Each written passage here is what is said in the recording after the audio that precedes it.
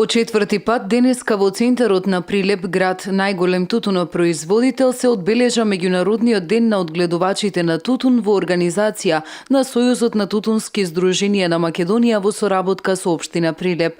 На плоштадот Александрија во центарот на градот, представници на тутунарите и на тутунските здруженија ги представија аспектите на тутунопроизводството во Македонија.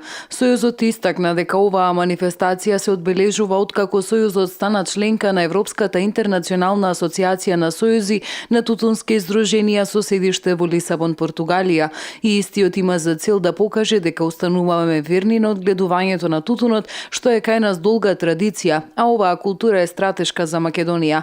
На прагот на откупот на годинешнава култура, Сојузот не очекува проблеми. Ова манифестација ќе упатуваме декларации до Обединените нации, Европска унија, Светска здравствена, владата на Република Македонија, да секојаш гласа против мерките на Светска здравствена организација, како и понатаки го одгледувале овај тутун.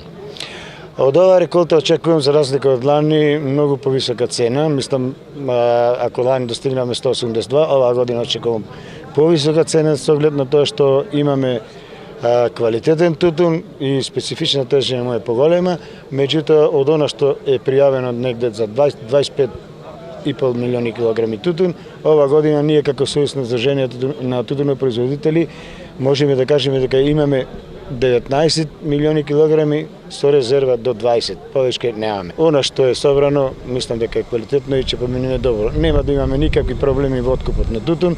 Се надевам, тоа е потврдено и од страна од откупните компании, дека има квалитетот на тутунот оваа година е добар и очекувам, како што кажа, повисока откупна цена. Според директорот на Институтот за тутун, оваа стратегиска култура во приходот на Македонија учествува со речиси 20% и останува како стабилна индустријска гранка.